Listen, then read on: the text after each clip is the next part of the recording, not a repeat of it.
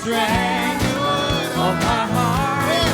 God is the strength of my heart and my Isa pa, ngayon naman, awitin natin. Kalakasan ko, come on! Kalakasan ko ay ikaw. Kalakasan ko ay ikaw. Kalakasan ko, yes Lord, ay ikaw ang kagalakan sa tuwing. Pwede ba lahat lang ng kababaihan? Come on! Kalakasan ko All the ladies! Ay ikaw, Yes, Lord! kalakasan ko. Jesus! Ay ikaw, Ikaw lang, oh Diyos! kalakasan ko. Ay ikaw ang kagalakan sa tuwing. Mga kalalakihan naman, kalakasan! Kalakasan ko ay ikaw. Kalakasan ko Ikaw ang aming lakas! ay ikaw. Yes. Kalakasan ko ay ikaw ang kagalakan Sabay-sabay. sa tuwing. Kalakasan! Kalakasan ko ay ikaw. Kalakasan ko ay ikaw. Kalakasan ko ay ikaw ang kagalakan sa tuwing. Isa pa, yung mas malakas! Come on! Kalakasan ko ay ikaw. Kalakasan ko ay ikaw. Kalakasan ko ay ikaw ang kagalakan sa tuwing. Iniibig! Iniibig kita, o aking Diyos na pupuri. Sa'yo'y naghahandog ng pangako.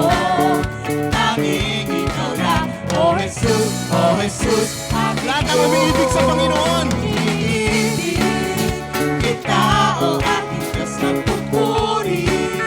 Sa'yo'y naghahandog ng pangako. Tanging ikaw lang, O Jesus, O Pwede tayong Jesus, sumayaw ngayong umaga nito. Come on! Iniibig kita, o aking Diyos na pupuri. Sa'yo'y naghahandog ng pangako.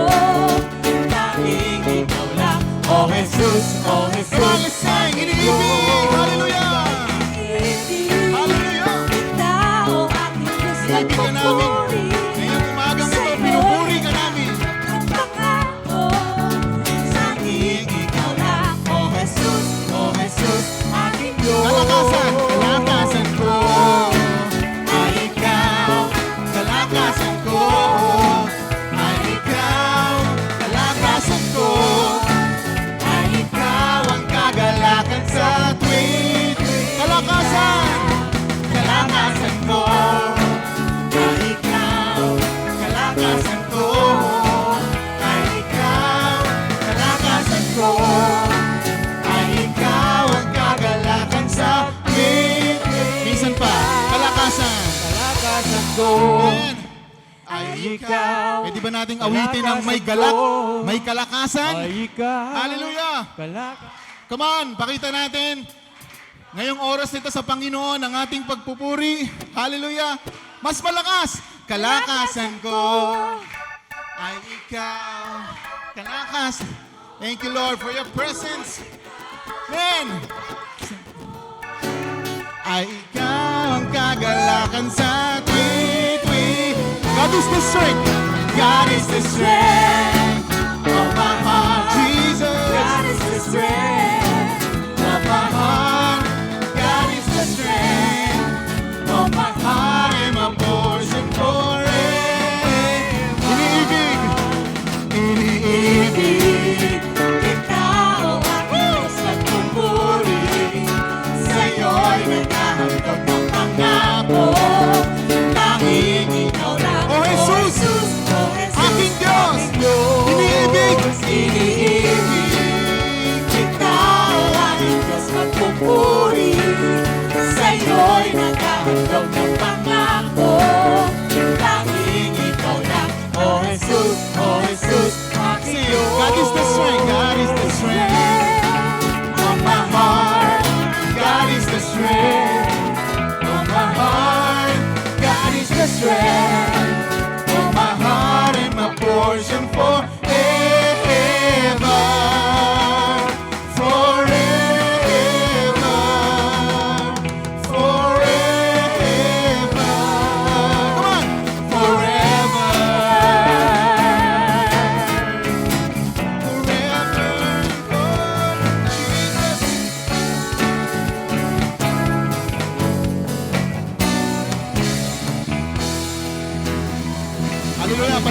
natin ang Panginoon.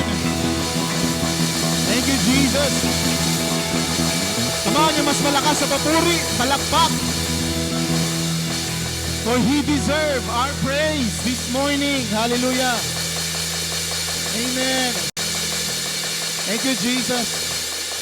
Hallelujah. Salamat, Panginoon. Patuloy ka namin na luluwalhatiin, pupurihin ngayong umagang ito. Salamat, O Diyos, for strengthening our hearts ngayong umagang ito, Panginoon. Thank you, Jesus. Thank you, Lord. Hallelujah. Salamat, Panginoon, sa pagpaparanas mo, Panginoon, ng inyong pong presensya. Kaya naman, Lord, we will continue to worship you. Alam namin, Panginoon, na kayo po ang source of everything, aming kalakasan.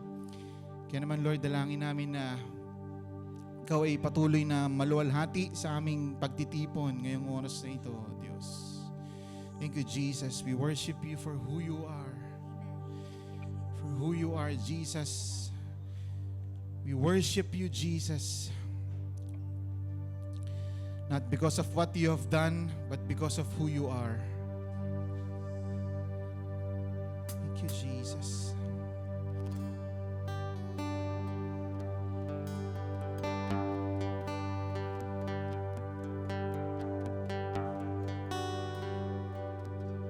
You are beautiful beyond description,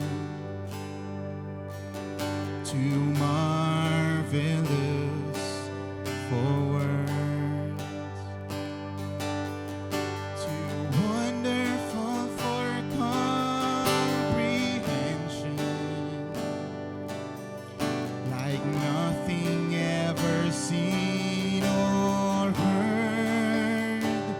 Who can grasp your infinite wisdom? Who can fathom the depths of your love? You are beautiful beyond description, majesty enthroned above. My name is worship. And I stand in awe of you. I stand in awe of you. Holy God, to whom all praise is due, I stand in awe of you. We worship you. You're beautiful. You are beautiful beyond description. Too marvelous. Too marvelous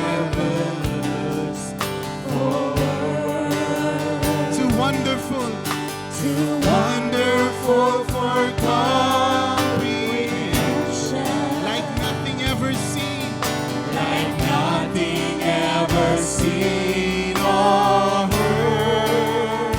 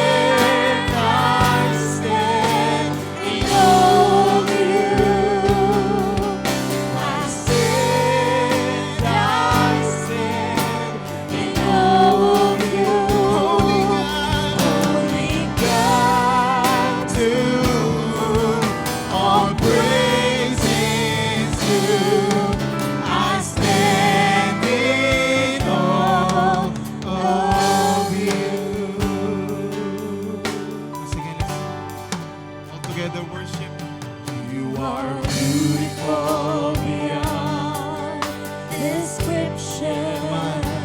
Let our voices be loud ngayong umagang ito. Let's declare these words for our King. He's too wonderful. Too wonderful for comprehension. Like nothing ever seen or heard. Who can grasp? Who can grasp your infinite wisdom? Can fathom Who can fathom the depths of the your depths love? of your love? Yes, Jesus, you You are beautiful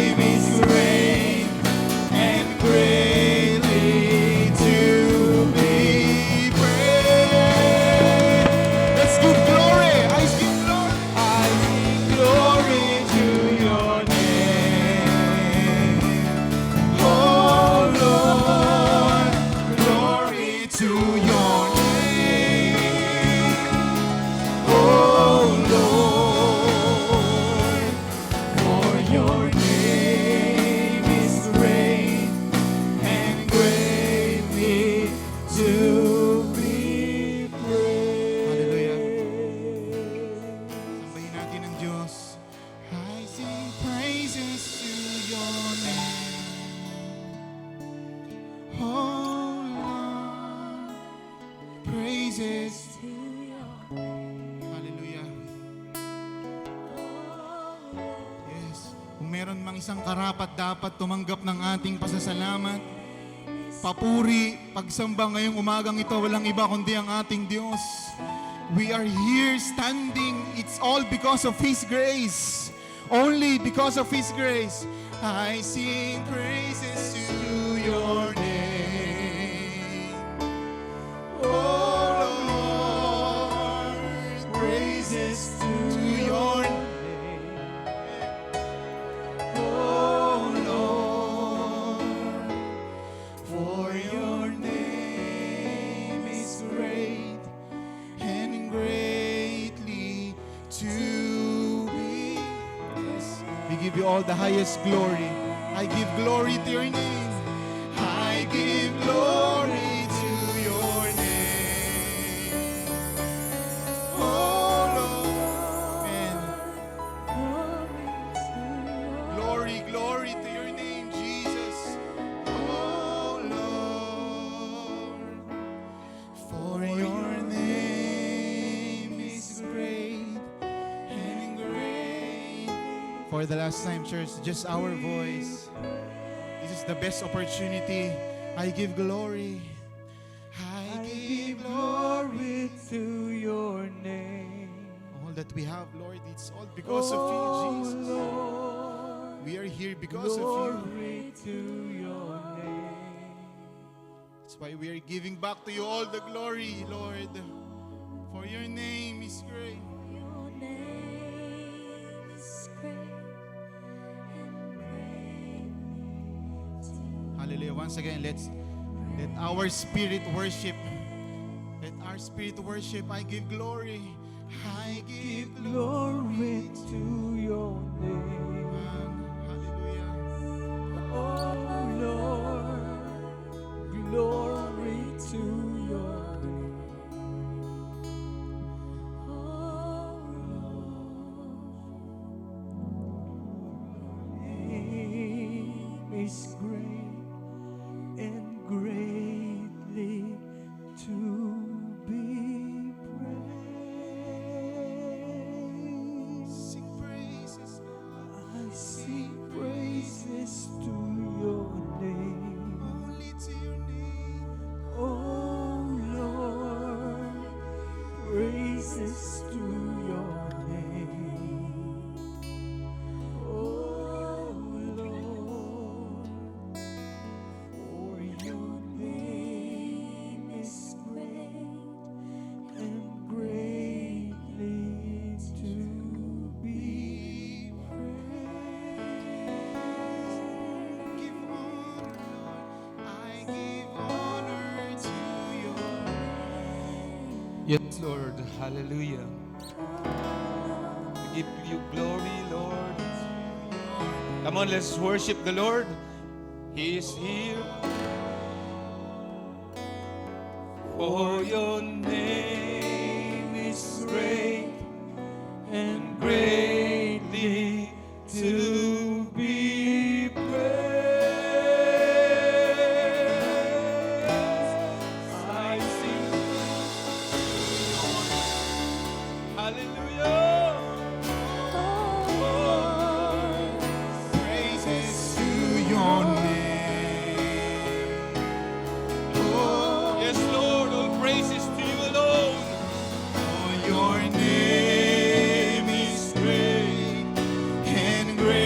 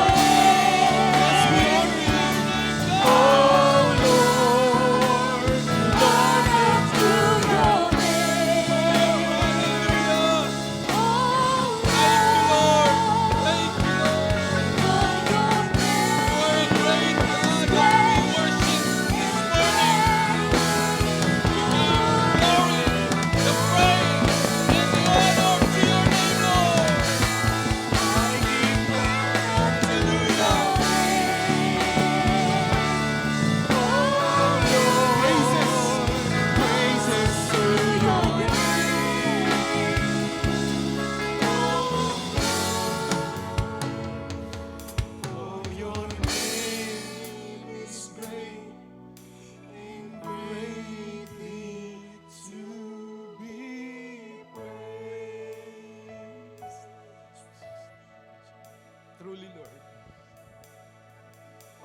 wala nang ibang dakilang pangalan na dapat sambahin kundi ikaw lang. You are a great God, and you do mighty and great things for us. Thank you so much, Lord.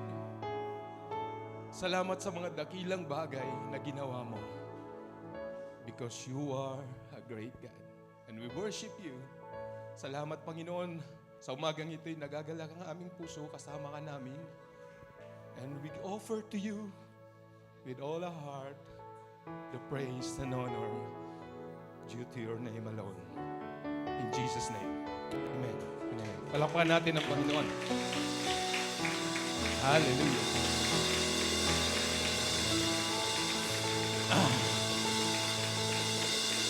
Praise the Lord. At sige, pwede na tayo maupo. And tapikin mo ang iyong katabi, sabihin mo, God bless you. Tapik lang ha, huwag malakas. Hallelujah. So, thank you once again na nakasama ko kayo. Makakasama naman tayo lagi. Dito na ako. Hallelujah. Sarap sumamba sa Panginoon. Tapos na ang service. Nadama na natin si Lord sa mga nakadama kay Lord. Tapos na po ang service. Di ba? That's the reason why we here. Just to feel and embrace the presence of God. Kaya kung na-miss mo yun, mamaya may pagkakataon pa. Kasi, well, simple lang po yung mensahe this morning. At na-confirm ng Lord kanina lang sa atin. Sa exhortation pa lang, sa call to worship pa lang, ay nandun na yung mensahe ng Panginoon. And even sa songs, ayun na po yung mensahe ng Panginoon. So, ayan po ay pinamagatan kong the greatest commandment. So, basahin natin ang ating teksto for this morning. Ayan. Sabi ng Luke chapter 10 verse 25 hanggang 37 yan. So sabi riyan, verse 25, on one occasion, an expert in the law stood up to test Jesus. Teacher, he asked, what must I do to inherit eternal life? Sabi ni Jesus, what is written in the law? He replied, how do you read it? He answered, Lord, love the Lord your God with all your heart and with all your soul and with all your strength and with all your mind, and love your neighbor as yourself. And sabi ni Jesus, you have answered correctly. Jesus replied, do this and you will live. But he wanted to justify himself, so he asked Jesus, and who is my neighbor?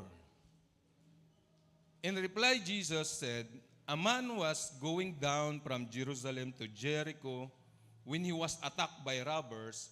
They stripped him of his clothes, beat him, and went away, leaving him half dead. Verse 31, a priest happened to be going down at the same road. Pansinin niyo yun na may isang daan papuntang Jericho, isang daan lang. Then, yung isang taong naglalakad doon ay pinagnakawan, binugbog, at iniwang halos patay na. Verse 31, a priest happened to be going down the same road. And when he saw the man, he passed by on the other side. So, to a Levite, when he came, so meron dumaan din ang Levitan, when he came to the place and he saw him, passed by on the other side. So, gumilid lang.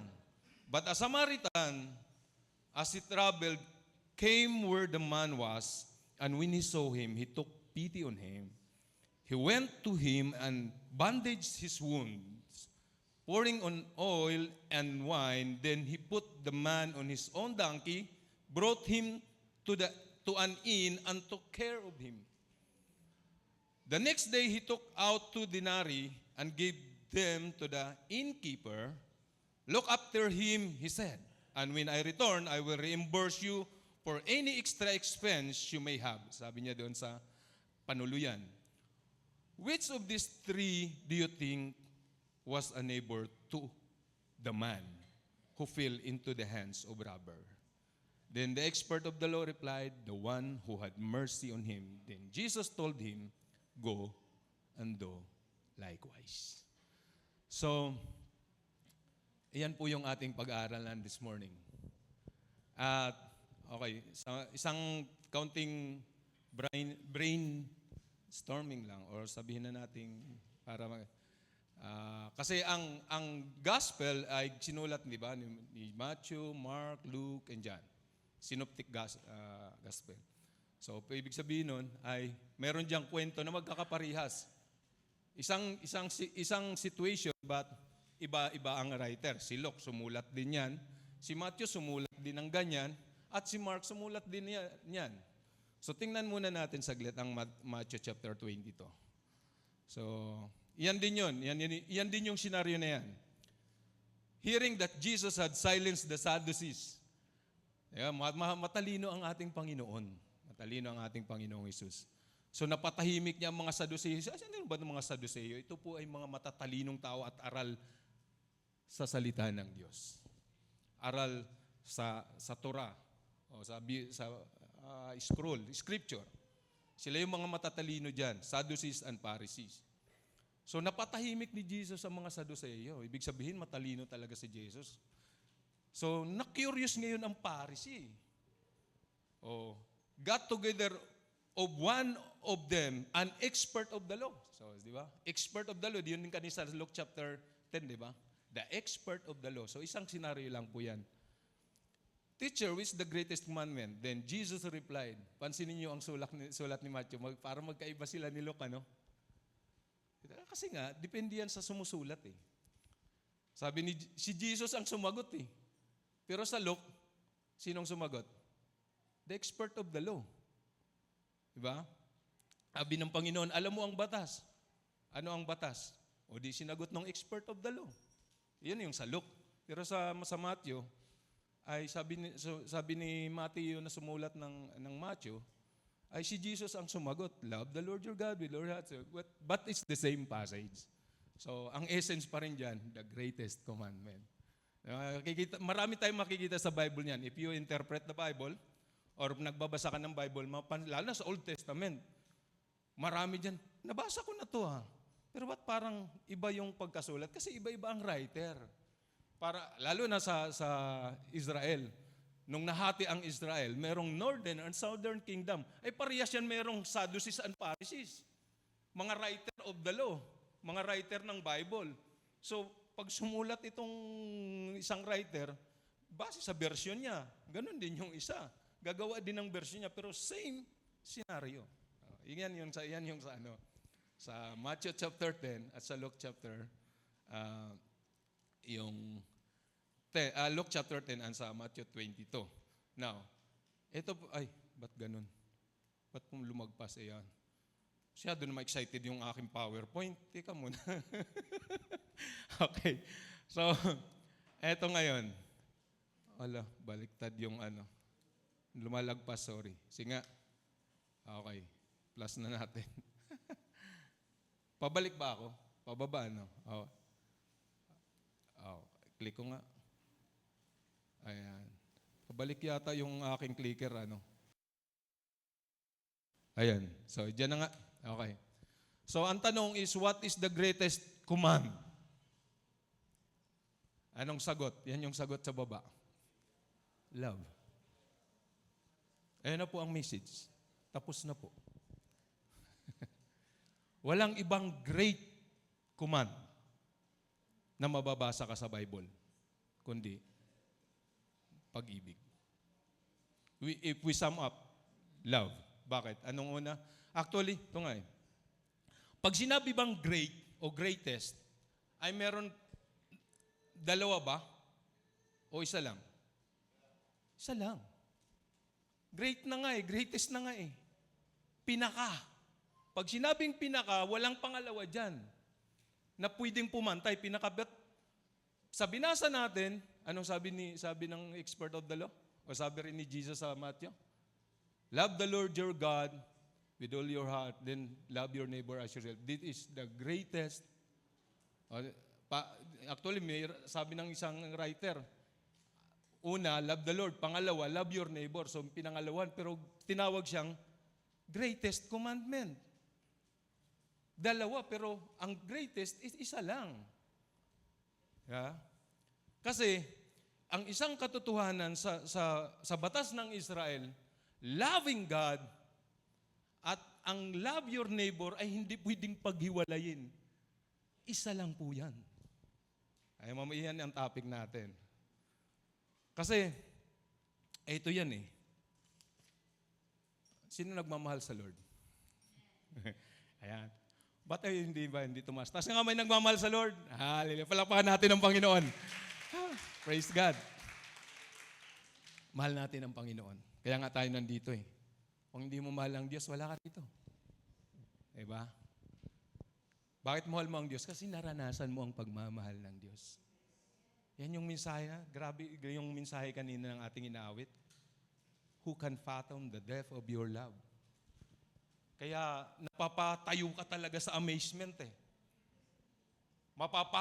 Mapapapurihan mo talaga ang Lord. Mapapasing praise ka talaga sa Panginoon because yung klase ng pag-ibig meron ng Diyos. At yan yung ating babaybayin sa umagang ito. Now, ito yung dalawang tanong na diyan tayo magsisink in o mag-aaral. Question, how do I know that I love God?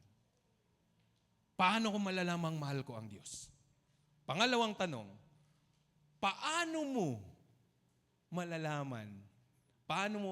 How did you know that I love God? So parang ano yan, according to me, paano ko malang mahal ko ang Diyos? According to you naman, paano masabing mahal ko si Lord? Di ba? Ano yan? Dalawang basihan natin. Ayan. Ito yung una. How do I know that I love God?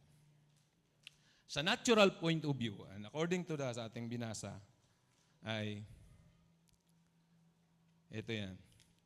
How do I know? So, sabi riyan, reading the Bible or devotion, praying, going to church. Totoo naman, di ba? Iyon ang ating basihan. Kaya dahil mahal natin si Lord, kailangan nating magbasa ng salita ng Panginoon at iniutos yan. Joshua chapter 1 verse 8 and Psalm chapter 1 verse 2. Oh. So yun ang basihan natin. Bilang isang Kristiyano, natural point of view natin, ito yun. Pagpapahayag. Kasi mahal natin si Lord, kaya natin ginagawa ito. At tama po yan. Ano pa? Keeping myself pure and holy. No vices. Keeping away from bad company. Doing ministry work. See? Keeping myself pure and holy. Di ba sabi, ano ba yung sinasabi sa, hindi ko yata na-note. Ayan. Yung do not, bad company. Corrupt good character. Oh, di ba? So para mapapayag mo na mahal mo si Lord, iwas ka dun. That is our natural point of view na masasabi natin sa sarili natin, mahal ko si Lord. Yeah. Kailangan nating maglingkod sa Lord. Doing ministry work. Yeah. Kasi mahal natin si Lord eh. At remember, ang ating topic is the greatest commandment. Pag-ibig sa Diyos. Or pag-ibig. Ang the great command is love. Lagi nating tandaan yon. But itong dalawang tanong na ito ay magbibigay sa atin ng kaliwanagan para ma-express pa natin ang ating pagmamahal sa Lord. Meron ka pang maibibigay. Meron ka pang maibibigay. Meron pa tayong maibibigay. Amen? Hallelujah. Palakpakan natin ang Panginoon. Praise God. Now, Sa natural point of view, paano mo naman masasabing mahal ko si Lord? How did you know that I love God? Ayan. Sa natural point of view, tingnan natin. Seeing that I am a church goer. Oh, di ba? Makita mo, ay ito si brother, talagang mahal niya si Lord. Palasimba yan eh. Di ba? Hindi niya kinakaligtaan yung sinabi sa Hebrews ba yun, ha? Huwag niyong kaligtaan ang mga ganitong pagtitipon. Di ba? So talagang mahal niya si Lord. Palasimba ang taong yan. Ano pa? Mga point of view to. Doing a church activity, ay talaga naman, masipag sa simbahan yan. Lay minister yan, o ministro yan. So, ano pa? Ay, walang bisyo. So talagang looking good. Mahal niya si Lord, walang bisyo yan. Yan ang atin. At tama naman. Di ba? Tama naman. Kaya, alam niyo, masarap magmahal sa Lord. Kasi, imagine mo na yung sarili mo. Ay, may misis ko at mga anak ko nandyan, ay, sa bahay po namin, upahan namin, merong border sa third floor, sa taas namin. Minsan, gabi, o ang aga-aga, alas 4 pa, kalabugan na ng kalabugan, magsumisigaw na, nagmumurahan. Sabi ko kay misis, kung ganyan kaya ako, tsatsagain mo pa ba? Walang kapayapaan. Kaya pag medyo silensyo ang taas namin, yung panganay ko si David po, nagtanong, sabi niya, ano yung sinabi ni Paul minsan? Sabi niya, wala yatang tao sa taas. Kasi nagkaroon ng peace eh. Kasi pag kumalabog, ay yung third floor kasi, ang saig nun plywood. Pag kumalampag talagang parang kumukulog sa sikin sa amin. So, alam mo, kahit air condition na yung bahay namin, hindi mo na nga ganong dinig yung ingay sa labas. Pero sa loob, dinig na dinig mo kalampag sa taas. Tapos, lalo na pag pumasok ka ng CR, kasi nawala yung kisame ng CR, so pag sumigaw na, nagmura na yung, pulis yung nakatira sa taas namin. Ewan ko, pambahay ka na. Agang-aga, mura ng murahan, ilang bangko nang nasira. Kasi nagbaba, alam niyo yung kaaway niya? Asawa niya na nasa abroad. Pero nagbabasag ng bangko. Hindi ko, paano kaya nito inaaway yung kasawa? Minaritis ko na, sorry. Mat ko ba minaritis yun? Anyway, ba't ko ba nasabi yun? Yeah? Ibig sabihin kasi nun, kung hindi mo mahal ang Diyos, kung wala kang Diyos, yun yung senaryo ng buhay na meron ka eh. Di ba?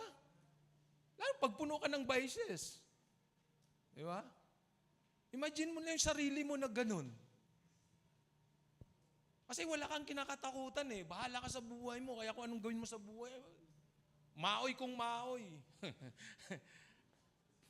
Kaya sabi ko sa mission, imagine mo ba kung ganyan tayo? Ano kayang buhay, tahanan meron? Kaya, masasabi mo, heaven pa ba to? O hell? Anyway. So that is our natural point of view. Ngayon, tingnan naman natin tong supernatural point of view. Ayan. Diyan muna.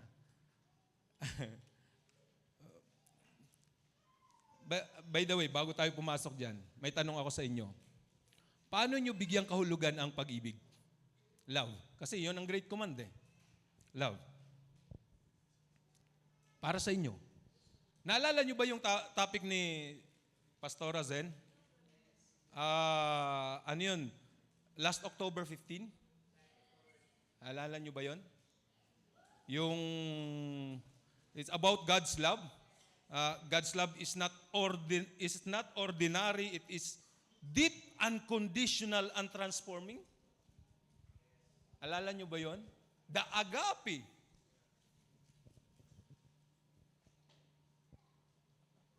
Iyon ang kahulugan ng pag-ibig eh. Agape, kind of love. So, yun yung great command ng Lord. Kasi maraming klase ng pag-ibig eh. Bago tayo pumasok diyan sa supernatural. Kasi medyo may kalaliman yan doon sa natural point of view. Given yung natural point of view, masasabi mong mahal mo si Lord pag palasimba ka, pag ikaw ay mabait, mabuti, ay talagang masasabi ng kapwa mo, ay mahal niya si Lord. At masasabi mo rin sarili mo na mahal mo si Lord kasi nga, iniiwas mo yung sarili mo sa mga bagay-bagay na makakasama at talagang nagpapakabait ka, nagpapakabuti ka. Pero the supernatural point of view ay medyo may konting kalaliman. At diyan din po natin hanguin sa ating teksto sa Luke chapter 10. So, ano yung sinasabi doon? Kasi, ang sarap nung tinapik ni Pastor Rasen. Oo. Kung naunawaan natin yon, maunawaan natin to. Sa totoo lang. Yung great command ng Lord, maunawaan natin. Kasi great command yan eh. At yun yung tinakil yung John 3:16. In-express ni Lord yung kanyang great command. Akala, you imagine, siya yung nag-command, and siya rin yung unang gumawa ng kanyang command. Eh tayong mga magulang, pag nag-utos tayo, gawin mo yan. Pag hindi sumunod, tayo na rin gagawa. Oh, ranas ni Mrs. yan eh. Sumusuko si Mrs. kautos sa mga anak niya eh. Kalaunan siya rin gumagawa. Pero panay reklamo, pero siya rin gumagawa. Saan di na niya matis, sinusumbong na sa akin. Sabihan mo nga mga anak mo.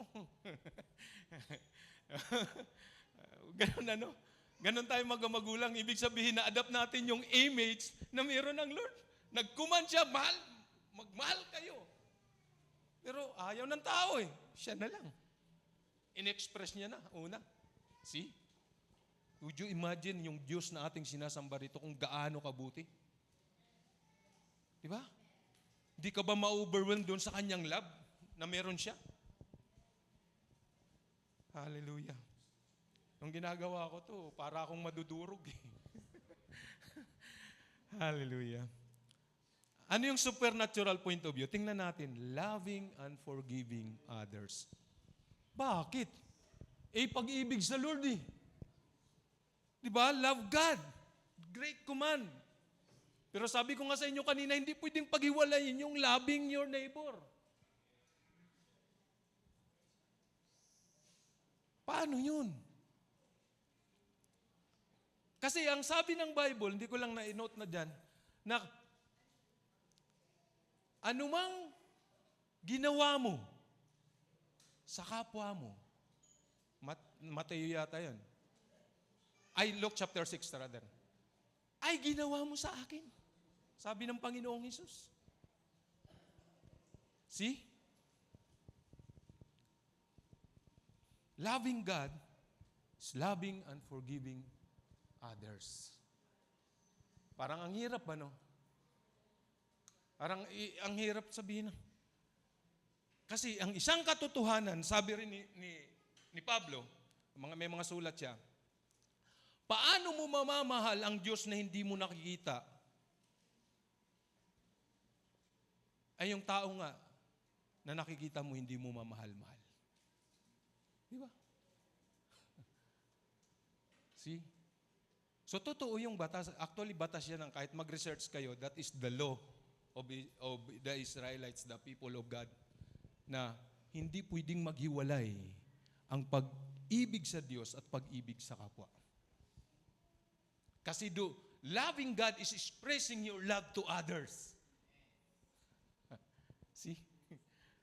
Grabe no, medyo maano to. Actually, parang hindi totoo, ano? Parang hindi totoo. Pero totoo, di ba? Because love your neighbor. Ito, isa pa pala. Bago tayo, love your neighbor. Bigyan natin ng, halukain natin yung love your neighbor. Paano nyo naintindihan yung love your neighbor? Who is your neighbor? Di ba tinanong yun ng law expert? Sino ang aking kapwa? Naglatag ngayon si Jesus ng parable. Yung the Good Samaritan, nilatag niya. So, sabi ron, may 100 papuntang Jericho. May dumaan na tao, mga ngalakal, at pinagnakawan at binugbog at iniwang parang patay. Dumaan ngayon ang priest. Yung priest, he is doing his ministry. Priest siya eh. At ano ang batas ng priest? Hindi ako pwedeng humawak ng may sugat o napagnakawan or basta yung ganong senaryo, bawal siyang humawak kasi magiging marumi siya. At pag marumi siya, hindi siya pwedeng mag-perform sa ministry niya. So he's doing his ministry. Ano yung kaninang sinabi natin, natural point of view, masabing mahal ko si Lord? Doing ministry. Mali ba yun? Hindi. Tama naman. Di ba? Dito sa mga manggagawa, di ba? Pag hindi ka na pag-submit ng journal, mabait si pastor eh. Umay na siya, pastor, may tate pastora. Minsan, sige, mag-ministry. Pero that is the rules. Yung reading the Bible, kailangan mag-submit ka. Manggagawa eh. Yung priest dumaan. He is doing his ministry. Priest siya eh. So walang mali doon. Iniwasan niya yun kasi pag ginawa ka niya yun, magiging marumi siya, hindi siya pwedeng mag-perform. Hindi pwede siya mag-serve as a priest. Diba? So hindi niya may papahayag na lingkod siya ng Diyos. So mahal niya ang Diyos. Sa kanyang pag naging alahan niyo sa Israel, pag napahawa ka sa marumi, ang gagawin mo, sisigaw ka ng sisigaw sa loob ng, I think, 7 araw. Magsisigaw ka ng, marumi ako, wag kayong lumapit sa akin. Ganon nila i-isolate ang kanilang sarili pag sila'y declare as marumi. See? Malain mo yun. So, tama lang naman yung ginawa ng priest. Then dumaan ngayon si Levita. Sino ba si Levita? Manggagawa din sa templo. Iniwasan lang din. Bakit? Kasi nga, bawal sa kanila. Batas nila yun. Na huwag kang humawak sa marumi. See? Pero dumaan ngayon ang Samaritano. Same road yan ha. 100 lang ang kanilang dinaanan. Lahat. Dumaan doon yung mangangalakal, dumaan doon ang magnanakaw. Dumaan doon ang pari, dumaan doon ang Levita. 100 lang at dumaan ang Samaritano. 100 lang. Anong ini-emphasis doon ng Panginoon sa bagay na yon? Kasi nagtanong ang expert of the law who is my neighbor? Sinong aking kapwa? 100 lang ang dinaanan ng iba't ibang klase ng tao. Sabi ng Panginoon, sino ngayon sa kanila ang nagpakita na siya ay kapwa? The Samaritan. So anong sabi ng Panginoon? Go and do the same. Ibig sabihin ng Panginoon, gawin mo rin sa kahit kanino. Kasi kapwa mo yan, kahit sino yan, kapwa mo yan. So parang binali ni Jesus ang batas ng Israel. Ano bang batas ng Israel? Kasi nung create ang 10 Commandments, yung love your neighbor. Ang neighbor, sa batas ng Israel, only Israel people. Aside, pag hindi ka Hudyo, hindi ka neighbor. Kaya nga hanggang ngayon, nagpapatayan sila ng neighboring country. Tinawag pa naman neighboring country. Pero nagpapatayan sila. Kasi aside from Israel, hindi ka na neighbor. Kami lang na mga Hudyo, kami neighbor kami. Kapwa ko Hudyo, neighbor ko yan. Pero pag hindi ka Hudyo, hindi kita neighbor. Iyon ang batas ng Israel. Sa Old Testament, pagdating ni Jesus, ito yung example ni Jesus sa neighbor. Sino yun? Magnanakaw. Wala, hindi pinangalanan ha.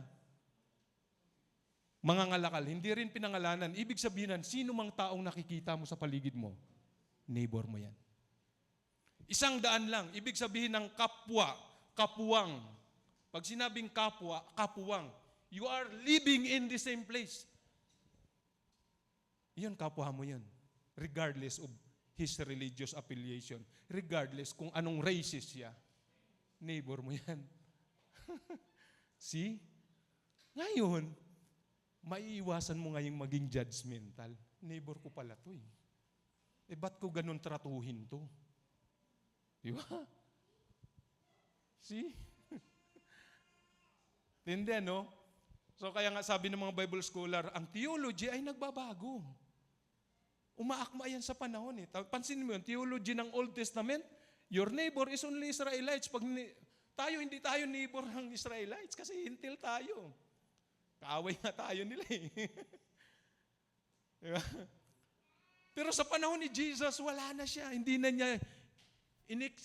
na naka-confine ang neighbor, ang word na neighbor, sa Israelites people only, kundi in-extend niya sa lahat. Kasi yun naman talagang disenyo.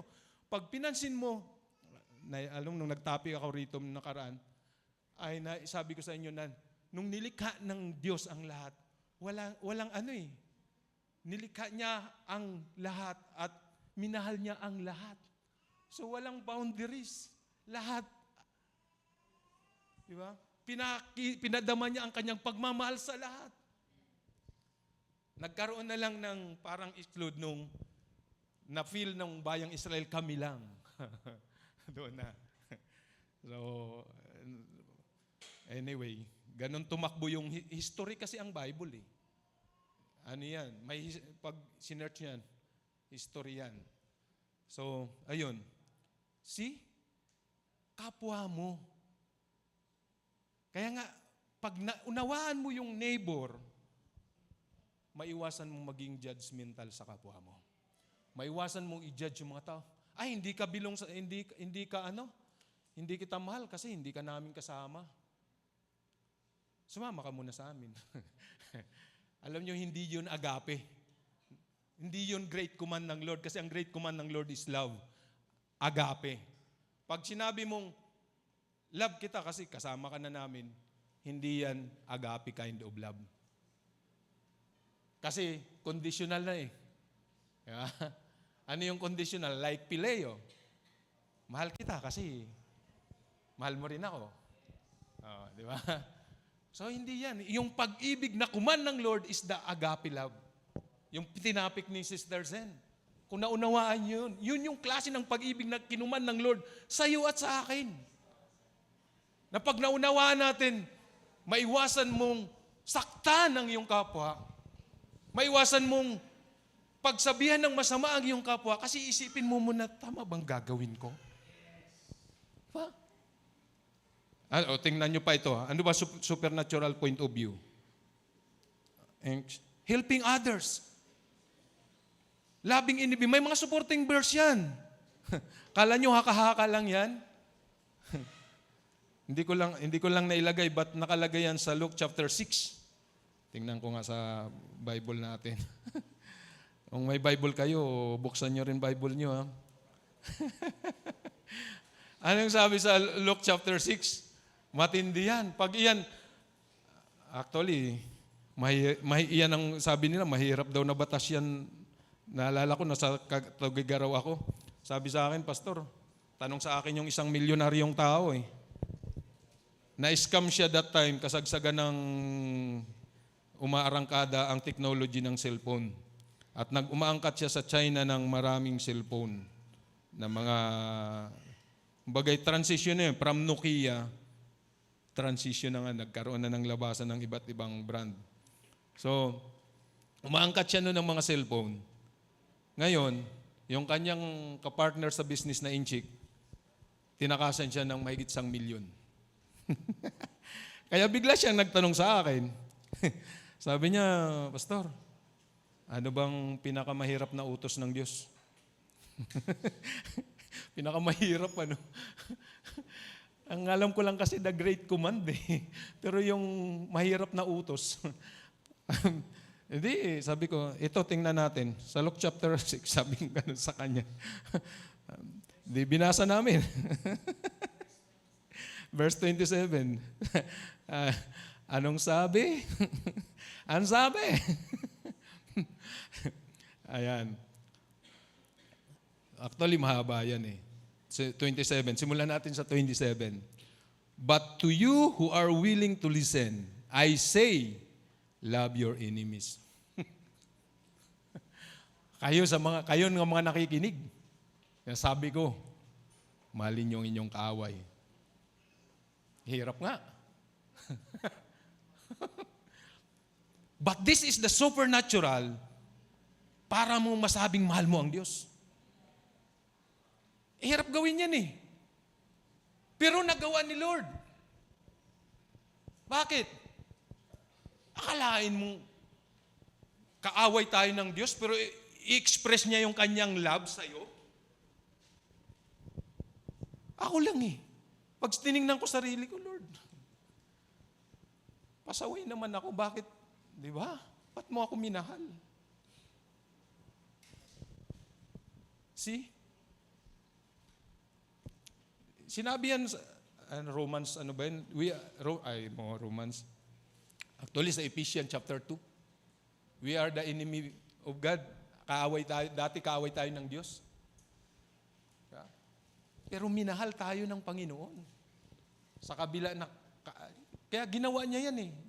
Hindi niya yan maituturo kung hindi niya ginawa. Ginawa yan ng ating Panginoon. Do good to those who hate you. Kaya ba natin gawin? But that's how you can say that I love God. Kasi yan yung sinabi ko sa inyo kanina. Lord, I love you. Pero nakita mo yung kaaway mo. Di ba? Anong sabi ng Panginoon? Ito, yung sa offering, di ba? May nag-offer. Naisip mo, may kaaway ka. Anong sabi ng Panginoon? Iwan mo muna, huwag ka muna maghandog. See? Makipagbati ka muna dun sa kaaway mo bago ka maghandog. Kasi magiging useless yung paglilingkod sa Lord o yung paghandog mo sa Lord. Kaaway ka eh. Di mo mahal, sabihin mo, mahal, kung ipaparapriest natin yung senaryo na yun, sasabihin ng Lord sa'yo, sabi mo, mahal mo ako, pero yung kapwa mo, hindi mo mamahal. See? At, nahimik ang lahat. Diyan natin masasabi na mahal natin ang Panginoon kasi sinabi, basahin na natin yung, kasi yan yung supporting verse na natin na makikita regarding sa supernatural point of view on how do I know or do I say that I love God? Ano yun? Verse 28, bless those who curse you. Hallelujah. Lord naman. Diba? Panginoong Hesus nagsabi nito eh. Hindi na natin pwedeng alisin ito sa Bible. Bless those who curse you. Pray for those who hurt you. It's hurt na nga, Lord. Pagpipray ko pa. Sinaktan na nga ako, iniiwan na nga ako, Lord. Pagpipray ko pa. Pray ko na mamatay na siya. Ganon tayo, di ba? Tapos tayo saktan, tapos pagpipray mo pa. Di ba? Ano pa? If someone slap you, ito, sinampal ka na talaga, physical na to, ha? Sinampal ka na. Sa kaliwa, abay, bigay mo pa yung kanan. Lord naman, hustisya naman, Lord. Di ba? Ganun tayo. Okay, word, Lord, justice naman. Okay, yung word na hustisya. Side lang natin. Bigyan lang natin ng kaunting elaboration ng word na justice. Para sa atin, ano yung justice? Hustisya. Sa atin kasi hatol agad eh. Hatol, hustisya. Alam niyo ba yung justice? Hindi ko na kanikagabi habang inaaral ko, sadong daming sa isip ko, hindi ko na siya nailagay. Sinerge ko siya kung anong ibig sabihin ng justice. Ay, yung example ng justice. Ano bang susutin kong damit? Spaghetti ba o blouse? Ganon, di ba? Blouse na lang. Itong suotin ko. Justice yun. Kung ano yung nadesisyonan mong tama at mabuti, justice yun. Yun yung justice. Katulad ng, actually ang hatol is, tama naman kasi bago ka hatulan, titimbangin lahat ng ebidensya. Kung yun ay tama, din hatulan ka. Ngayon, kung hinatulan ka na wala namang ebidensya, injustice ang tawag doon. See? So yung pag sinabing justice, tama at mabuti, naggawin. Yun ang justice. Ngayon, tama ba at mabuting gawin itong sinasabi ng Panginoon? Oo. Kasi ginawa niya eh. Para sa Kanya. Dinesisyonan ko, kakain ako. Kaso, high blood ako. Pero, yung putok-batok. Lechon. kakain ba ako nito? Hindi. Ay, kakain ako, masarap to eh. Blood ka na nga eh. Injustice sa sarili mo yun. Pero dinidesisyonan mo, ay, okay na. Health conscious ako. Yes, binigyan mo ng hustisya ang sarili mo.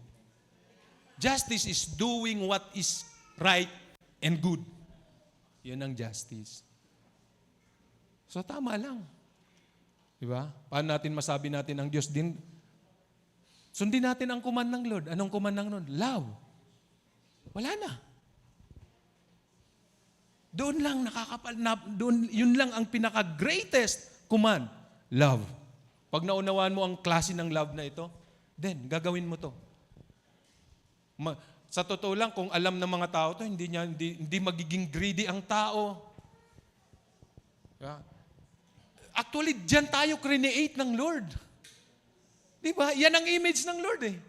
Diyan tayo create, pero yan ay nasira ng kaaway nung nagkasala ang tao.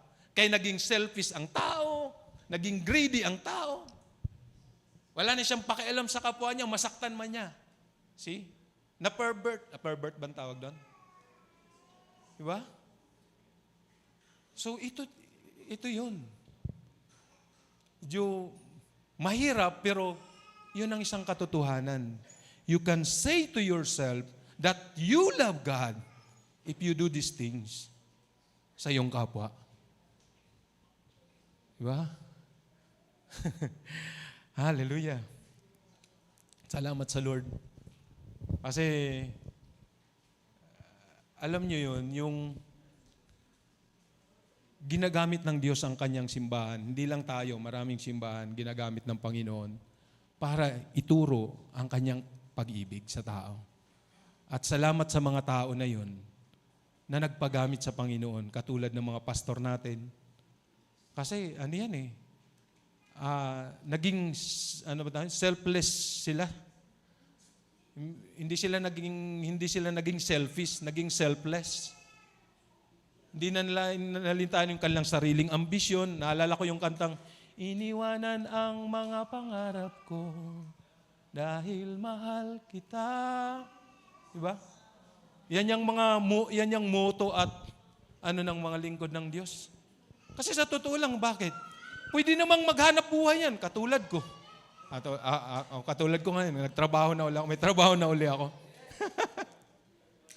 Actually, ayaw ko sana magtrabaho kasi nasanay na ako sa freelancer. Anytime na mayroong pupuntahan, mag-mission, walang maghihinder sa akin. Kaso lang, kailangan ko magtrabaho. Malaki gastos namin eh. Mahal dito sa Manila.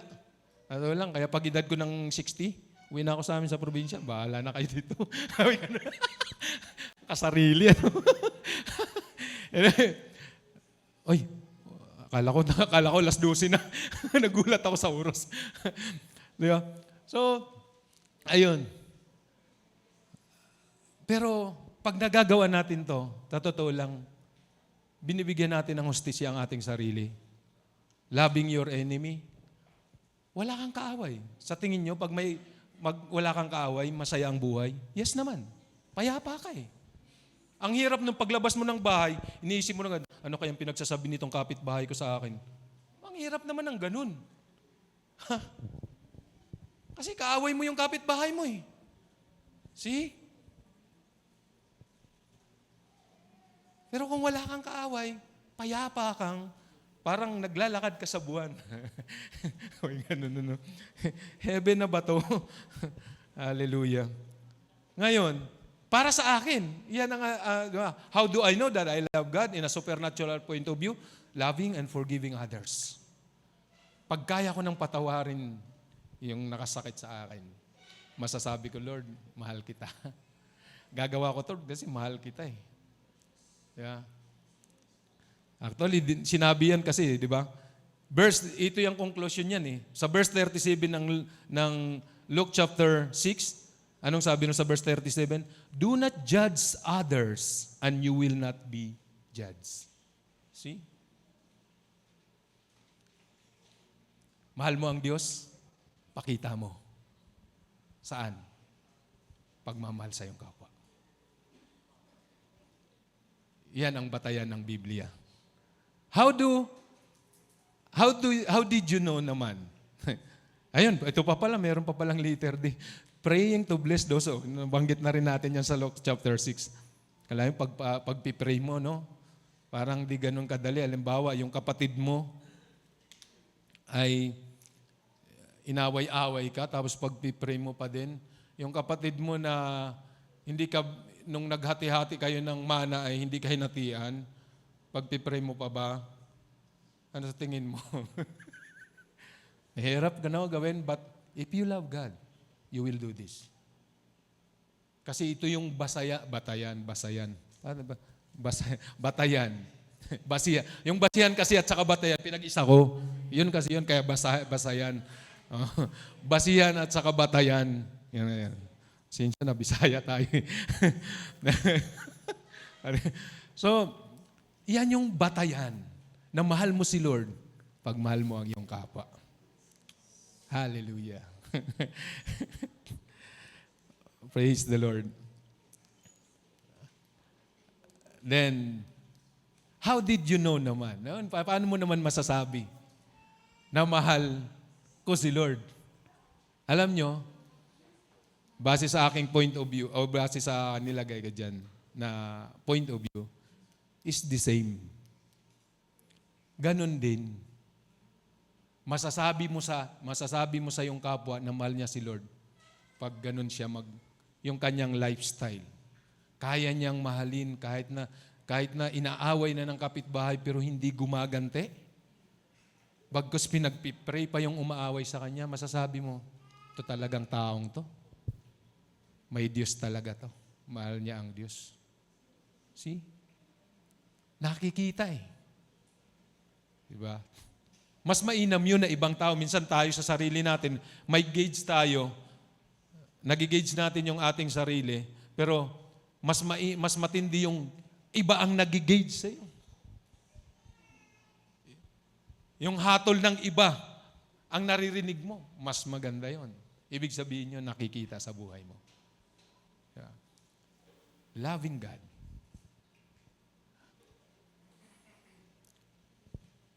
Hallelujah.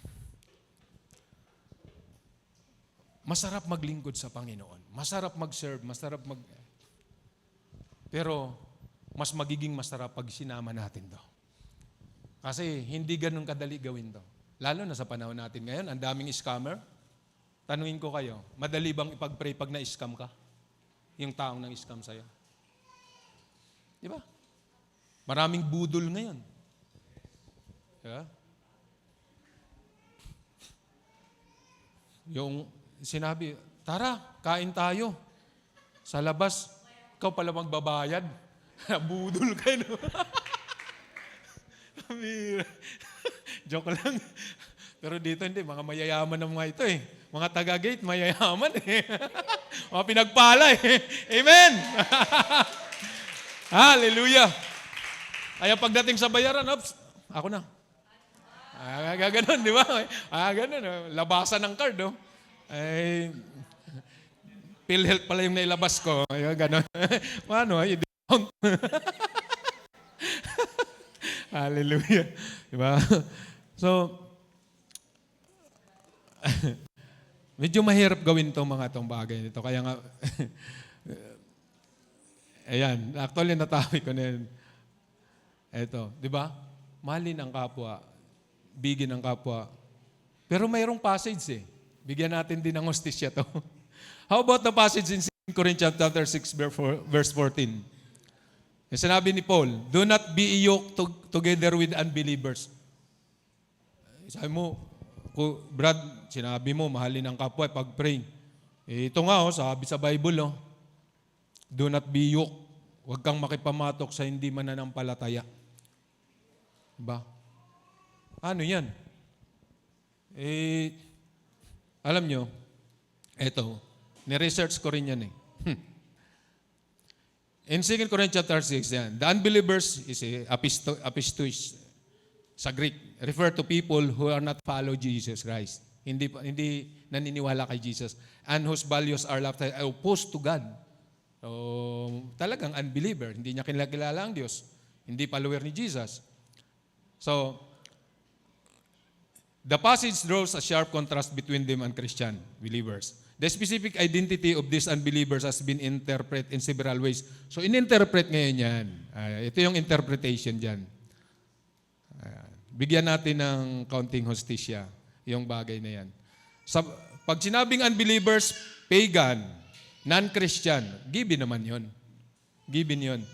The most traditional interpretation is that Paul is referring to a general pagan population in Corinth who worship idols. So mga unbeliever talaga yun. Ang kinikilala nila, hindi si Kristo at hindi ang totoong Diyos. So, iba naman, false teachers. Ito. Some New Testament scholars, diba? New Testament ang Romans, di ba? Some New Testament scholars suggest that in the immediate context, the unbelievers might be the specific false apostle. Sino yung mga false apostle? Ito yung mga nagtuturo sa panahon ni Pablo na yung mga tinuruan ni Pablo na sinabi ni Pablo, kayo naligtas dahil sa biyaya ng Panginoon, manampalataya ko sa Panginoon Jesus. Ang ginagawa naman nitong iba, hindi, sumunod kayo dito, kailangan huwag kayong kumain ng ganito, huwag kayong kumain ng dinuguan, huwag kayong kumain. So binabalik nitong mga tagapagturo sa lumang batas. Yung mga tinuruan ni Pablo, ay magpatuli kayo. Tagapagturo din. Iyon yung sabi, according to the scholars. So, di ba? Binigyan ng emphasis. Base doon, yung unbelievers na tinutukoy doon, ay yung mga hindi naniniwala kay Kristo or ayaw kay Kristo. Pero tagapagturo din ng salita ng Panginoon. Kaya ang tawag sa kanila, false apostle. At actually, kinalaban niya ni Pablo, mga yan. Nakipag-debate dyan si Pablo. Pinagalitan niya ni Pablo at sinumbong ni Pablo sa Jerusalem, kay Peter. Kaya ang ginawa ni Peter, sinabon. So, may mga ganong senaryo, di ba? Kasi, pinipilit na ang kaligtasan ay by law. Dapat base sa batas. Ikaw ay maliligtas pag sinunod mo ang mga batas na to. Yun ang tinuturo ng mga false prophet. Tinuro ni Pablo, you are saved by the grace. Through faith. O, diba?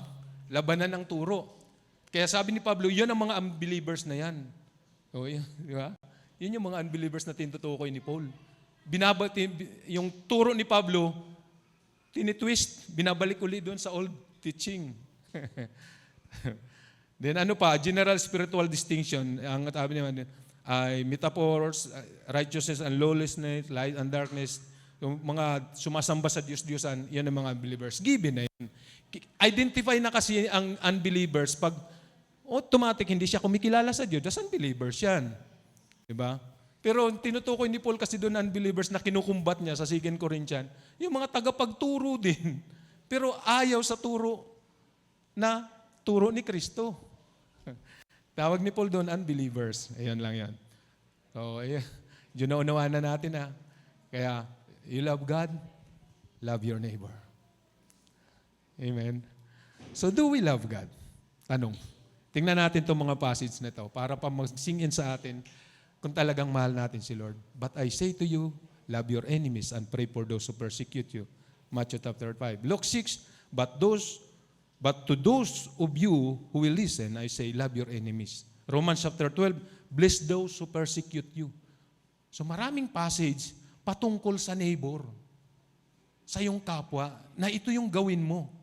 Actually, hindi lang basta kapwa eh. Ang sabi nga ron, kaaway mo pa eh. Diba?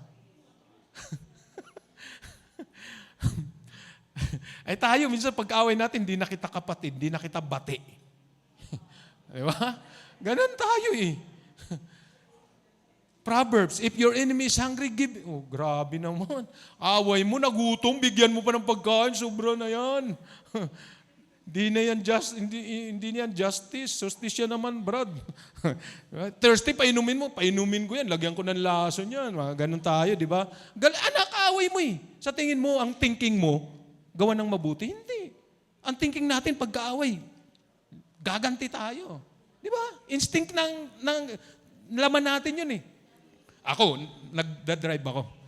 Nagmumove it at the same time sa So, pag bigla akong kinat, ang aking dugo kumukuloy, sarap din, overtake din ako ng ganon. Sabi ko, pero pag naka-overtake na ako, naisip ko, ano ba yan? Wala kaming pinagkaiba. Ganon, di ba, magsisisi ka na lang eh. See? Instinct natin na pag ginawan tayo ng masama, gaganti tayo. But if you love God, mag-iisip ka muna, ups, gagawin ko ba? Di ba? See? Maiiwasan mong gumanti pag mahal mo ang Diyos. Then paano mo i-reflect na mahal mo ang Diyos? By loving your neighbor. Amen? Hallelujah. Kaya masarap mahalin si Lord eh. Ito yung justice na tinutukoy ko sa inyo. Nahuli na kasi ito eh. Tzedek. And justice. Pansin nyo, ang tzedek is often translated righteousness, but also justice. See? Pag sinabing sa Hebrew, ang tzedek, justice yan eh, sa English. Na translate into, ibig sabihin ng tzedek, righteousness. Kaya ang justice, hindi pwedeng paghiwalayin ang righteousness sa justice. Magkasama yun. Kasi pag inalis mo yung righteousness sa justice, magiging injustice. See? Yan yun. Kaya ang justice, katulad na, halimbawa, anak ka. Alin ang justice doon? Magpakaanak ka. Huwag kang maging magulang. Anak ka eh. Pero may mga anak, inuutusan ang nanay, gawin mo nga ito na, pagplansya mo nga ako na. Anak ka eh. Pagluto mo nga ako ng makakain ay, teka lang. Injustice yun. Kasi ang justice, kung anak ka, magpakaanak ka. Kung magulang ka, magpakamagulang ka. Kung estudyante ka, magpaka-estudyante ka. Yun ang justice. Doing what is right and good. Diba? Trabador ka, magtrabaho ka. Hindi yung, diba? Yun ang justice. Righteousness yun. Ay, ba't cellphone clicker? Do we love God? Mahal ba tayo rin si Lord? Loving God means a complete surrender of being to Him. See? Your heart, soul, mind, strength, through a relationship of devotion, obedience, and love. It is a response to His prior love for you, and it is demonstrated by prioritizing Him. Amen. Obeying His commands and loving others, people. Anong command ni Lord? The greatest command? Love. Loving other people. May nilagay pa ako dyan. Okay. What loving God looks like? Complete surrender. Pansinin nyo yung sa love for others. True love for God is inseparable from a love for other people. If you claim to be love God but hate your brother, you are considered a liar. Sinabi naman ng Bible yan eh. Nabi ni Paul yan. Sinungaling ka kung sinasabing mahal mo yung kapwa, ay mahal mo ang Diyos pero hindi mo mahal ang iyong kapwa. You are a liar. And this love for others serves as a necessary demonstration of your love for God. See? Kaya hindi pwedeng maghiwalay, ano? If you love God, then you love your neighbor. Sino ang iyong neighbor? Kasamahan lang ba sa church? Hindi. Lahat ng taong nakakasalamuha mo, neighbor mo yan. You are living in the same place. Nakatira tayo sa mundo, lahat ng mga kasalamuha mo, neighbor mo yan. Yan ang ibig sabihin ng neighbor na tinutukoy ni Jesus. May isang daang papunta sa Jericho. Dumaan si ganito, dumaan ang ganito. See? Yan ang neighbor. Lahat yan ng na dumaan sa daan na yan, neighbor mo yan. Ay, sino yun? Magnanakaw, mangangalakal, pari. Neighbor mo yun. See? Hallelujah. How to cultivate love for God? Act with His love. As you grow in your love for God, you will find that His love flows through you to the people in your life, giving you strength. Hallelujah. Ito yung kinakanta natin. God is the strength of my heart. Bibigyan ka ng lakas to love them even in a difficult situation.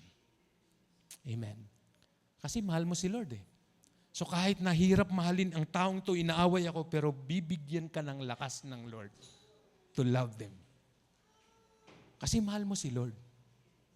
Amen. Kaya masarap mahalin si Lord. Maiwasan mong magkaroon ka ng kaaway. Hallelujah. Do I love God? Paulit-ulit. Ba't nang dumubli yan? hindi ko nilagay yan. Bakit? Sabi nga, paulit-ulit eh. Tapos na natin yan. Nagpaulit-ulit. Hallelujah. Sabi na, oh. Alam niyo kung bakit paulit-ulit? Kasi nakakaligtaan natin eh. Totoo lang. Tingin natin sa sarili natin, mahal natin si Lord kasi nagsiserve tayo. Tingin natin sa nagsisimba tayo kaya mahal natin si Lord. Ba't nakaligtaan natin? Yung mga tao na umaaway sa atin. Mga tao na nakakasalamuhan natin. Mga tao na sa kapitbahay natin. Are we reflect the love of God to them? Say na, mahal ko si Lord. Do we reflect? Di ba? So, ipakita natin. Kasi, minahal tayo ni Lord eh. Yun ang hindi kayang tawanan eh. Sino ako? Para ipadaman ni Lord na mahal niya tayo. Grabe. Akala mo, bumaba siya to the lowest point. Ano yung lowest point? Maging servant. Yung hugasan yung paa ng kanyang mga alagad. Pinakamalupit na yun.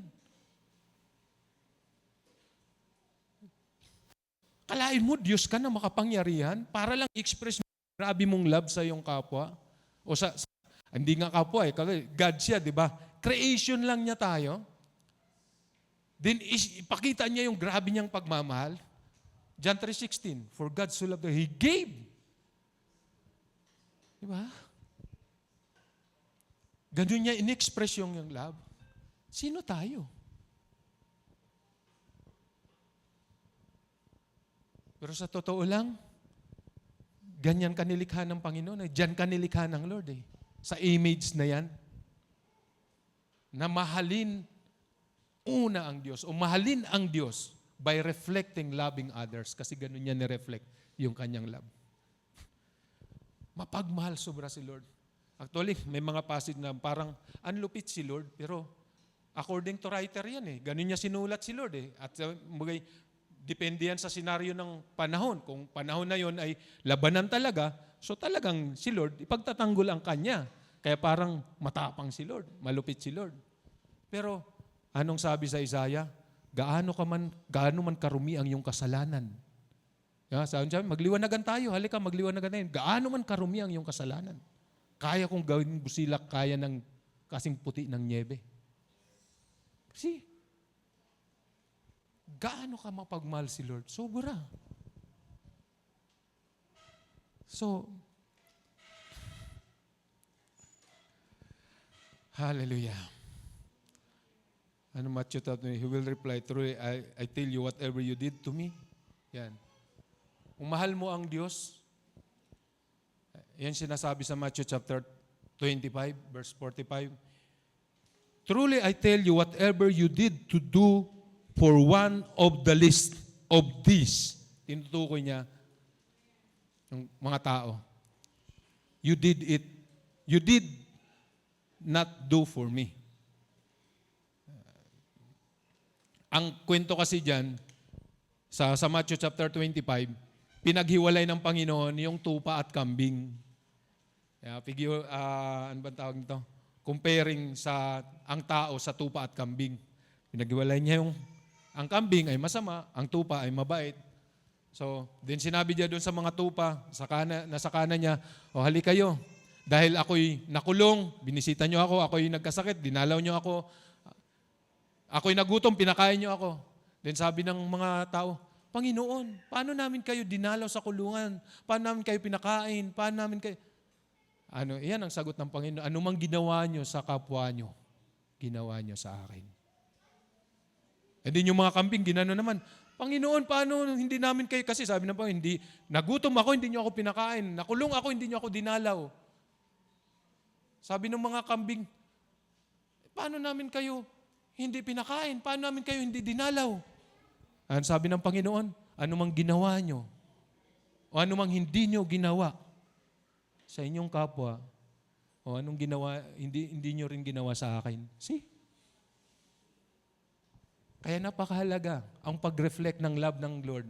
Masabi mong mahal sa si Lord, then love your neighbor. Sino man siya. Maiwasan yung magiging, mayroong klase ng tao yung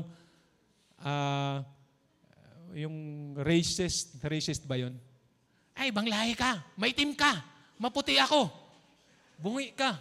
Hindi ako bungi. Racist na tawag doon, di ba? Ano ba tawag doon? Sorry Hindi, nagdi-discriminate, pero yung, ay, singkit ka, yung mga ganon, kasi mga inchik ka. Ano yan? Racist. Yung, maiwasan mo maging ganon. See? Kasi hindi will ni Lord yun. Pag ganon ka sa iyong kapwa, eh di ganon ka rin kay Lord. Tapos sasabihin mo, mahal mo si Lord. Di nga. Mahal mo si Lord? See? Kung mahal mo si Lord, you reflect it. Pakita mo. Hallelujah. Palakpan natin ang Panginoon. Glory to God. So, love God by loving your neighbors. Amen. Tayong lahat ay tumayo.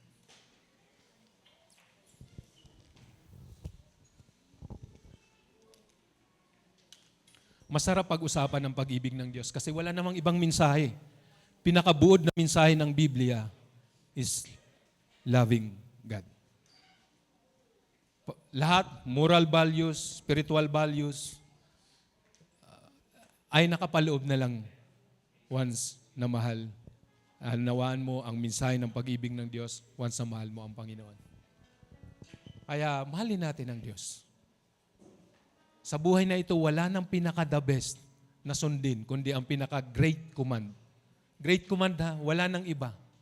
Kaya yung sinabi ng Bible na great command, wala nang ibang dakila pang utos maliban sa magmahal. Mahal mo ang Diyos sa pagpapakitang mahal mo ang kapwa mo.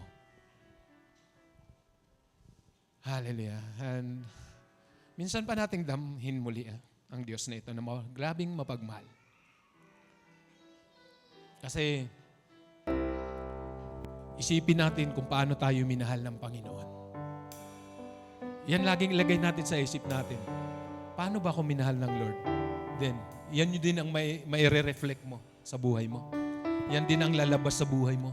Kung paano mong pinagninilay-nilayan ang grabing pagmamahal ng Diyos sa buhay mo. Hallelujah.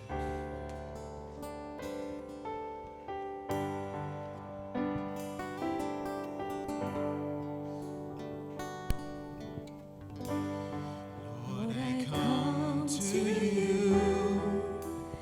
Let my heart be changed. Yes, Lord. Renew, flowing from the grace that I found in you.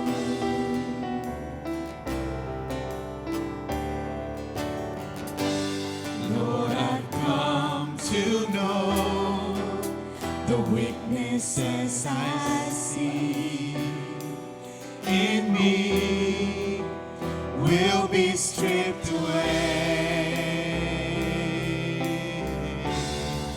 by the power of your love.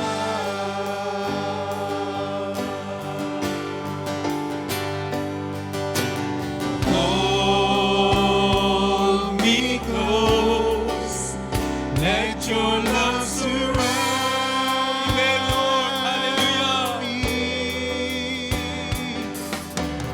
Bring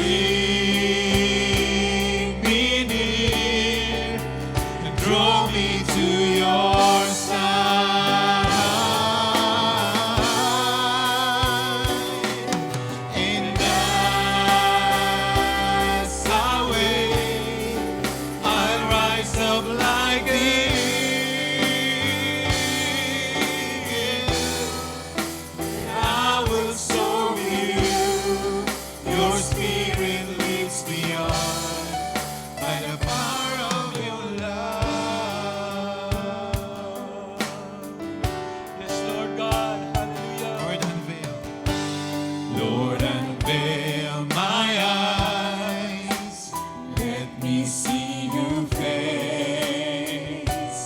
to face the knowledge of your love as you live in me. Oh, hallelujah, Lord. Lord, renew my mind as your will unfolds in my life, in living every day. Amen. Hallelujah. By the power of your love, Lord. The power of your love.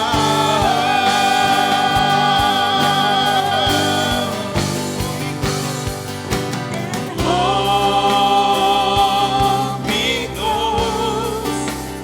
Let your love surround me and bring me near. Draw me to your side, and as I wait, I'll rise up like the eagle, and I will soar in you. Your spirit lifts me on.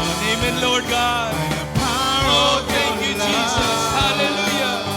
Thank you for your love, Lord. Hold me close. Hold me close. Let your love surround me. Hallelujah. Me near.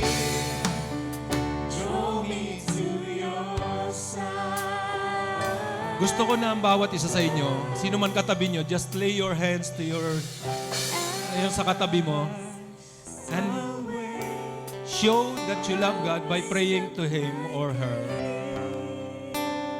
Magsalita ka ng mga bagay na nais mong mangyari sa buhay niya. Just pray, a simple prayer. I believe na may gagawin ng Diyos. I don't know why God, kung bakit ang banal na Espiritu ay nilid ako sa bagay nito, but showing that you love God, you love your neighbor. By praying Him. Hindi mo alam pinagdadaanan yan. Hindi mo alam anong sitwasyon yan. Basta, ngayon, as we sing this song, pray for him. Pray for her. Panalangin mo siya. Ano man pinagdadaanan niya, just pray for him. Extend your prayer. I know that God will do mighty things sa katabi mo at maging sa'yo. Hallelujah. Hold me close, Lord God.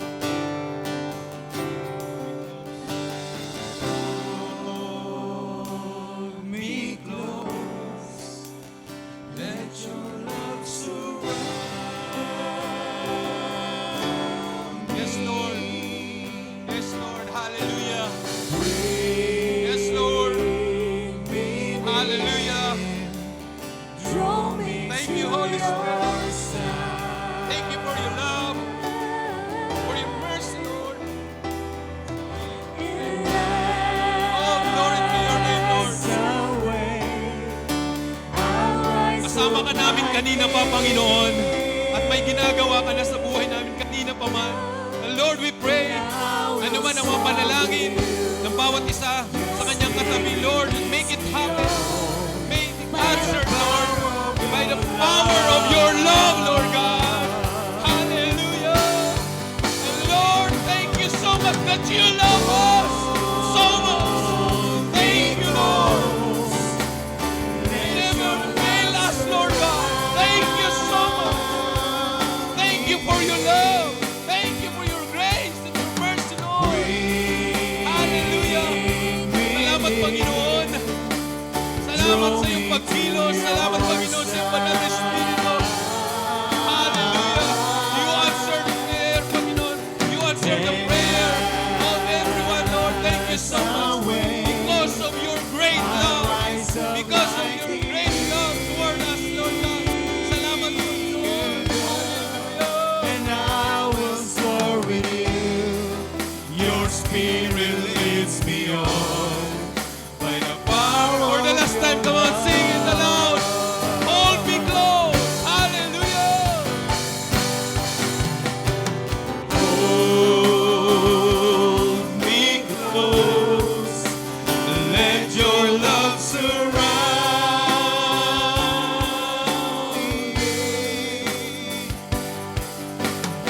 bring me near and draw me to your side.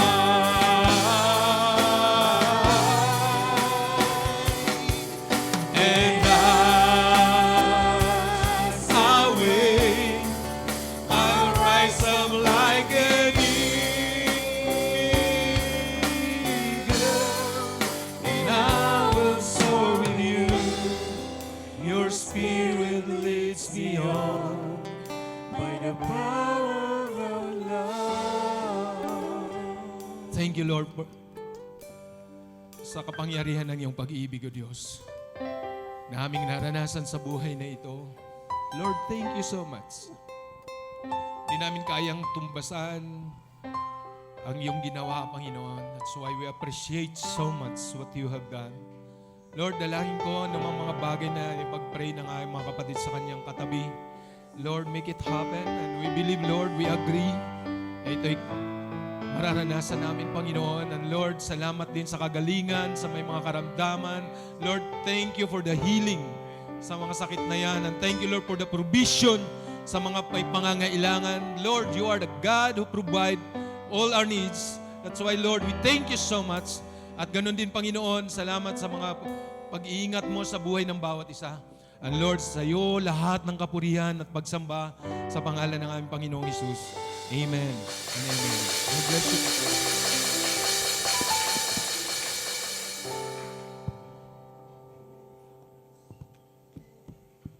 Amen. Hallelujah. So, magandang araw po muli sa atin at iniwan po sa atin ang salita po ng ating Panginoon. Ang tanong na, do you love God? Ayan. Alam niyo po, sabi po nila, si God daw ay Japanese. Kasi sabi ng Panginoon sa Malakay, do you love me? Sabi ng Panginoon, yes, you rob me. Yan. In your tithes and offering. Hallelujah. Sabi po ng Malakay chapter 3 verse 8 to 10, ito po yung tanong ng ating pong Panginoon sa mga Israelita. Sabi niya pa, will a man rob God? Yet you are robbing me. But you say, how we rob you? Yan. In your tithes and offering. Hallelujah. So, pinapakita po ng ating pong Panginoon na ninanakawan daw po natin ang ating Panginoon sa pamamagitan ng hindi natin pagbibigay ng tithes and offering. So, sabi po sa verse 9, you are cursed with a curse, for you are robbing me, the whole nation of you. Kaya ito po yung command ng ating pong Panginoon na, and the Lord is reminding us today that if we love God, wag po natin siyang i-rob. Wag po natin nakawin yung para sa Kanya. At ito po yung pagbibigay po natin ng ating tithes and offering. It is our expression of our love to God. At ito po yung command ng ating pong Panginoon. In verse 10, bring the full tithe into the storehouse. So, ang sabi po ng Diyos, reminder po sa atin to bring. Hindi niya po sinabi na, pag sinabi po sa Tagalog ng bring, dalhin. Hindi iyo, kasi kanya, kaya kailangan mong dalhin. You have to bring the full tithe into the storehouse. Ito po yung church, ito po yung lalagyan, sisidlan ng ating pong Panginoon. Sabi po doon, that there may be food in my house. So yung binibigay po natin na tithes and offering, hallelujah, ginagamit po siya para sa ating pong full expenses ng ating pong mga church at lalo na po kapag may mga missions tayo or may mga inaabot po tayo. So, hindi po yan basta na pupunta sa bulsa ng mga nandito sa harapan, kundi yan po ay ginagamit po natin sa storehouse ng ating pong Panginoon. So, sabi ng Panginoon, ano po yung command? Bring. And ano po yung tithes? Ito po yung 10% ng iyong kinikita. So kung ikaw po ay kumikita ng 100 sa isang linggo, you will bring 10 pesos pagdating po ng Sunday service po natin. So ganun po yung ating pong math. Ayan. Then sabi po dito, ano po yung challenge ng ating pong Diyos in verse 10, next time, and thereby Put me to the test, says the Lord of hosts, if I will not open the windows of heaven for you and pour down for you a blessing until there is no more need. So ang challenge po, kapag nadala na natin, na-bring natin yung full tithes natin and offering sa storehouse ni God, ang challenge, put me to test. Yan. Ito lang po yung command or ito lang po yung challenge na binigay ng ating pong Panginoon. Sa buong Bible po, dito mo lang makikita na sinabi ng Panginoon na subukan niyo ko. Yan. So, the Lord is daring us right now. Kapag dinala mo ang full tithes and offering mo sa araw na ito sa storehouse ni God, sabi niya po, ano po yung commitment niya? Ano po yung blessing niya? I will open the windows of heaven. Dito po, walang windows sa church natin. Pero ang sinasabi ni God, gaano kalaki ang windows ng heaven. At yun po yung kanya pong bubuksan to pour down for you a blessing until there is no more need. So hanggang sa hindi ka na mangangailangan, kapatid. Then sabi po sa verse 11, ito po yung bakit po meron kang kinikita, tas parang napupunta lang sa wala, nakakasakit ka, napupunta sa ospital, merong nasisira, may tawag dito, may iba kang mga expenses na hindi po nakalista sa mga expenses mo. Kasi sabi po dito sa verse 11, makikita po natin dito, I will rebuke the devourer for you so that it will not destroy the fruits of your soil. So kaya pala na-devour yung ating pong mga fruits, yung ating pong pinaghirapan because wala pong nagre-rebuke doon sa sumisira. Pero sabi ng Panginoon, if you will bring your full tithes into the storehouse, sabi niya, I will rebuke the devourer. Yung mga tawag ito, naninira ng pagpapala mo, ako mismo ang magre-rebuke niyan para hindi mo maranasan ang pagkasira, pagkawala, pagka-destroy ng iyong pagpapala. Then sabi po dito, then all nations will call you blessed, and for you will be a land of delight, says the Lord of hosts. So yun po yung commitment ni God. Kaya ang challenge po sa atin ngayong umagang ito, bring the full tithes and offering to the storehouse of the Lord para po tayo po buksan ng Panginoon yung bintana ng heaven at ibuhos niya po ang pagpapala sa atin at i-rebuke niya yung mga devourer na sumisira ng ating pong pagpapala. Amen po ba? So meron pong mga sobre po dyan sa mga upuan po natin. Pwede po nating sulatan. Lagyan po natin ng ating pong mga names, yung ating pong tithes and offering. And if you want na magbigay pa po ng love offering to a person to pledge, pwede din po. Ayan. So tayo pong lahat ay tumayo and let's prepare our offering. Hallelujah. Hallelujah. Itaas po nga po natin yung ating pong offering sa ating pong Panginoon. Hallelujah. And let's pray. At tayo po ay ngumiti. Yan. Alam niyo. Hindi man po dito yung camera, pero yung camera po sa langit, yun po yung nakatingin po sa atin ngayon. So hawakan po natin yung ating pong offering at tayo po ay tumingala at ngumiti. At minsan pa tayo po ay manalangin. Aming Diyos na makapangyarihan sa lahat. Salamat nga po, Panginoon, sa iyong salita. At sinabi mo nga po, Panginoon, you have challenged us, Lord God. If we love you, hayaan mo nga po, Panginoon, na maipakita po namin ito with our actions. And giving our tithes and offering to you, Lord God, is obeying your command, Panginoon. At hayaan mo nga po, Lord God, ma-express po namin ang aming pagmamahal po sa iyo. At patuloy, Panginoon, na ikaw ang magtupad ng pangako mo, Lord God. You challenge us, Lord, to bring the whole tithes into the storehouse. And it is your commitment, Lord God, hallelujah, that you will open the windows of heaven to pour out your blessing, Lord. Yung hindi na kami mangangailangan, Panginoon. Hallelujah. Salamat, Panginoon, sa iyong salita sapagkat ikaw ang aming Diyos Ama na kailanman hindi nagsinungaling. Ikaw ang aming Diyos na tapat sa iyong mga pangako at ito pong aming pong tinatayuan sa oras na ito. Thank you, Lord, because we have a Father who is faithful and who is truthful, Panginoon. Salamat, Panginoon, sa iyong pangako at patuloy, Panginoon, na ikaw ang maluwalhati sa amin pong gagawin, Lord God. We honor you, we love you, in Jesus' name we pray. Amen and amen.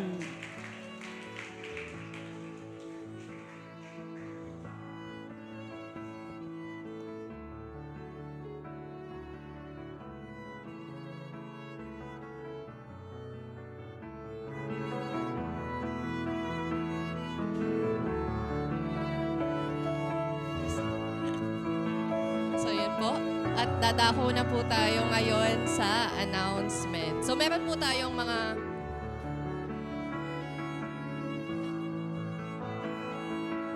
meron po tayong mga iba't ibang i-groups na pwede po nating salihan para po sa mga chikiting, sa mga bata, sa mga youth, sa mga kananayan at katatayan po. So, mag-start po tayo with Grow. So, ang Grow po ay ginagawa po natin every Saturday. 10 o'clock na po ang ating Grow. And kung halimbawa po, sinusundo po namin yung mga bata.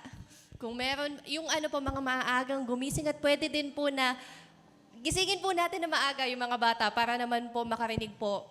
Nang bukod po sa Sunday service, meron din po silang na-attendan every Saturday. So, for gig, so, every Saturday, 2 p.m., building 2 din. And wag daw munang aalis mamaya. So, meron kayong meeting. And for GoPro, every Wednesday, via Zoom. Pero sa ngayon, meron tayong kanya-kanyang mga close cell and makipag-coordinate na lang doon sa mga leaders nyo. For GMRC, every third Saturday of the month. And for Glow, every second Saturday of the month. And every Wednesday evening, meron pong prayer meeting. So, bukod po dito sa ating i-group, so meron po kaming good news. Ano po ba yung good news na yon? So, darating po na December, lilipat po tayo ng venue. So, napakalayo po ng lilipatan natin. Doon po sa kabilang building. Opo, so dito pa rin naman po tayo sa Asian Social Institute. Pero doon na po tayo starting po ng first Sunday ng December. Hindi pa. So, ayun po. Ano po? Pastor. Robert. At tayo po ngayon ay sa benediction na po.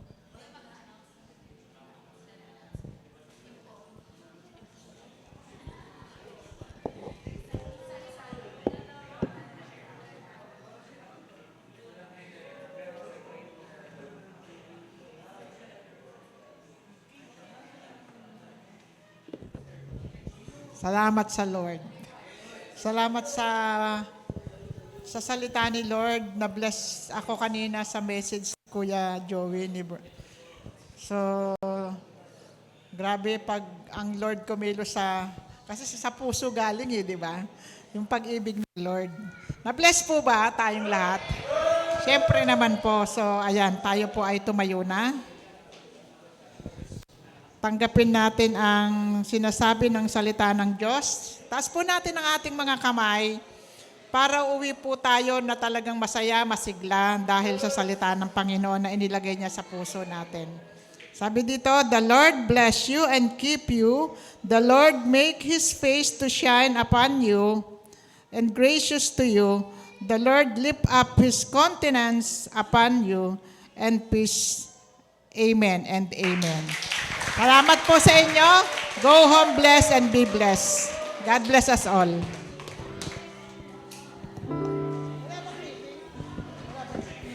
Calling all po lahat ng gig. Dito po tayo guys. Gig po, youth. Meron lang po tayong short meeting. Thank you.